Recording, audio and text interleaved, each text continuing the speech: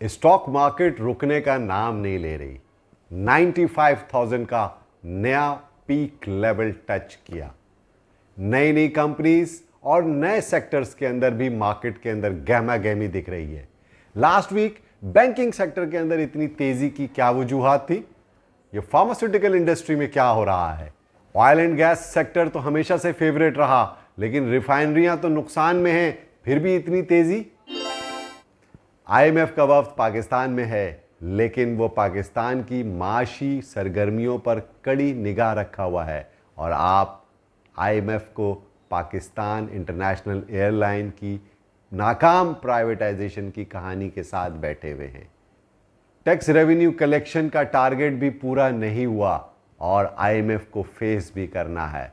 इन तमाम बातों का जायज़ा लेंगे और स्टॉक मार्केट की लास्ट वीक की कारकर्दगी का भी जायज़ा लेंगे और मार्केट के अंदर क्या लगता है इसके बारे में भी आपको बताऊंगा। मेरे साथ जुड़े रहिएगा और अगर आपने आज तक मेरा चैनल सब्सक्राइब नहीं किया तो ज़रूर उसे सब्सक्राइब कर लीजिए।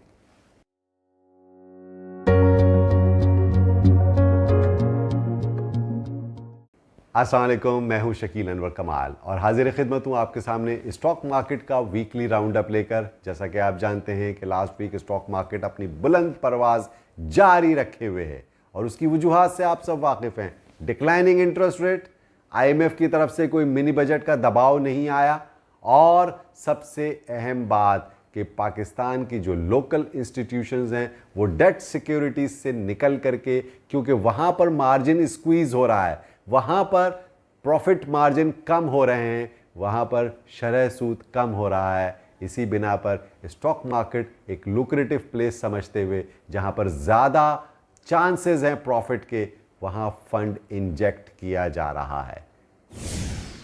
लेकिन किन सेक्टर्स में फंड आ रहा है, किन सेक्टर्स में बाइंग हो रही है? पिछले हफ्तों में आपने देखा कि स्टॉक मार्केट के अंदर फिनोमिनल इंक्रीज इन वॉल्यूम्स भी हुए हैं और मार्केट 80, 90, 95 करोड़ तक काम हो रहा है डेली बेसिस के ऊपर।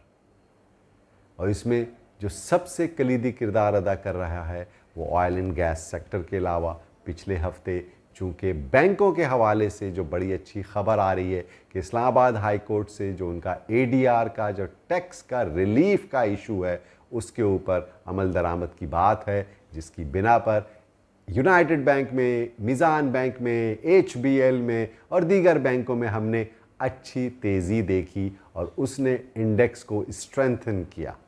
साथ साथ आप जानते ही हैं कि ऑटो मैन्युफैक्चरिंग एसोसिएशन की तरफ से जो पामा के नंबर्स आए हैं वो बड़े अच्छे हैं और सितंबर और अक्टूबर के अंदर ऑटो सेल्स में बड़ा फिनोमिनल इंक्रीज़ देखने में आया, जिसकी वजह से आपने साजगार में भी एक्टिविटी देखी, गयाल में भी देखी, जीएचएनआई में भी एक्टिविटी देखी है, होंडा कार में भी देखी और कंपनीज़ के अंदर हमें बाइंग इंटरेस्ट क्रिएट होता हुआ मुस्तकिल नज़र आ रहा है। ये सब पाकिस्तान में माशी सरगर्मियों में इजाफे का बायस है और माशी आशारिये बेहतर होने की बिना पर हम ये देख रहे हैं कि पाकिस्तान के अंदर जो एक्सपोर्ट ओरिएंटेड इंडस्ट्रीज़ हैं उनमें भी कुछ एक्टिविटी बढ़ती हुई नज़र आ रही है और उसमें एक बहुत अहम सेक्टर है फार्मास्यूटिकल सेक्टर। फार्मास्यूटिकल सेक्टर के अंदर सर्ल पाकिस्तान में बड़ी ज़बरदस्त हमने रैली देखी है, लेकिन फार्मास्यूटिकल सेक्टर के अंदर जो आदाद व शुमार हैं वो बड़े अच्छे हैं और फार्मास्यूटिकल की जो सेल्स है वो नंबर्स भी अच्छे हैं, साथ साथ उनके एक्सपोर्ट में मज़ीद इजाफा मुतवक्को है और गवर्नमेंट के साथ उनकी कुछ निगोसिएशंस भी हो रही हैं जिसमें कुछ हिचेस हैं जिसको अगर दूर कर दिया जाए तो फार्मास्यूटिकल मैन्युफैक्चरिंग वाले ये कहते हैं कि पाकिस्तान बिलियंस ऑफ डॉलर की दवाएं दुनिया को एक्सपोर्ट कर सकता है। एक और सेक्टर ऐसा है जो कि इंसानी ज़रूरत है और वो है फूड। फूड सेक्टर के अंदर गुज़िश्ता कई हफ्तों से मैं देख रहा हूँ, मैं आपको आपने बताऊँ कि मेरा 20-22 साल से ज़्यादा का पाकिस्तान स्टॉक मार्केट में तजुर्बा है। मैंने एक वक्त में 750 रुपये के अंदर नेस्ले पाकिस्तान में ट्रेड किया है और आज हज़ारों रुपए के शेयर्स हो चुके हैं। कैन यू बिलीव 19,000 रुपीज़ का यूनिलीवर पाकिस्तान का शेयर है। रफान मेस प्रोडक्ट्स हज़ारों रुपए में ट्रेड हो रहा है। तो फूड के आइटम्स में इंटरेस्ट बढ़ रहा है और वो जो छोटी आइटम्स हैं जिनकी एक्सपोर्ट्स में इजाफा होने की खबरें हैं, ख़ास तौर पर फौजी फूड्स के हवाले से कि वो चाइना को बफेलो मिल्क एक्सपोर्ट करने का कॉन्ट्रैक्ट मिल रहा है उनको, और उनका मार्केट साइज़ बड़ा होता हुआ नज़र आ रहा है जिससे उनकी प्रॉफिटेबिलिटी बढ़ सकती है। इसके अलावा दीगर जो फूड की कंपनीज़ हैं like unity foods, like Tom CL, इन सब में हमें बेहतर नज़र आ रहा है in the medium to longer term ये कंपनीज़ आउट परफॉर्म कर सकती हैं।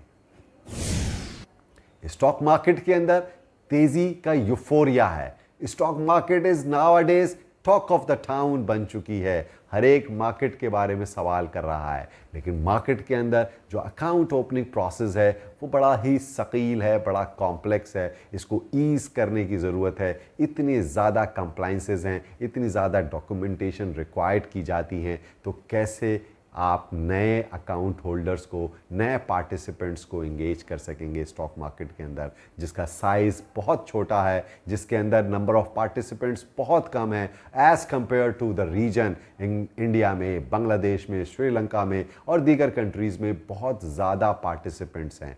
दूसरी अहम बात, मार्केट लो पीई पर है। 4.5 से 5 पीई पे स्टॉक मार्केट ट्रेड हो रही है। और अगर रीजन में देखें, दुनिया में देखें, थाईलैंड में देखें, Taiwan, Malaysia, Dhaka, Mumbai, everywhere 10 से ज़ायद पीस पर मार्केट चल रही हैं और बहुत ज़्यादा महंगी हैं। इसलिए मैं समझता हूं कि पाकिस्तान स्टॉक मार्केट में अभी भी बहुत पोटेंशियल है, लेकिन इस लेवल के ऊपर हमें थोड़ी बहुत प्रॉफिट टेकिंग का सामना करना पड़ सकता है। कहीं पर थोड़ी बहुत करेक्शंस अगर आएंगी तो वो हेल्दी होंगी और मार्केट उसके मुताबिक ट्रेड करेगी। मार्केट में गुंजाइश बनेगी तो नया बाइंग क्रिएट होगी, और साथ साथ प्रॉफिट टेकिंग भी बहुत ज़रूरी है, क्योंकि नफ़ा चोर होता है कहते हैं बाज़ार के अंदर, इसको पकड़ लेना चाहिए। पाकिस्तान में अगर माशी सरगर्मियों में इजाफा होगा, कारोबारी सरगर्मियों में इजाफा होगा, तो रोज़गार के मौके भी फराहम होंगे। कंपनीज़ एक्सपेंशन में जाएंगी और उसकी वजह इंटरेस्ट रेट की कमी है। इंटरेस्ट रेट अगर कम होगा तो डेफिनेटली आगे जा कर के मार्केट के अंदर मज़ीद तेज़ी एक्सपेक्ट की जा सकती है। आप सबका बहुत बहुत शुक्रिया।